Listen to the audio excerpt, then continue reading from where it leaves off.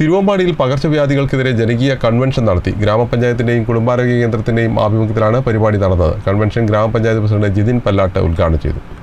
തിരുവമ്പാടി ഗ്രാമപഞ്ചായത്തിന്റെയും കുടുംബാരോഗ്യ കേന്ദ്രത്തിന്റെയും ആഭിമുഖ്യത്തിലാണ് പകർച്ചവ്യാധികൾക്കെതിരെ ജനകീയ കൺവെൻഷൻ സംഘടിപ്പിച്ചത്.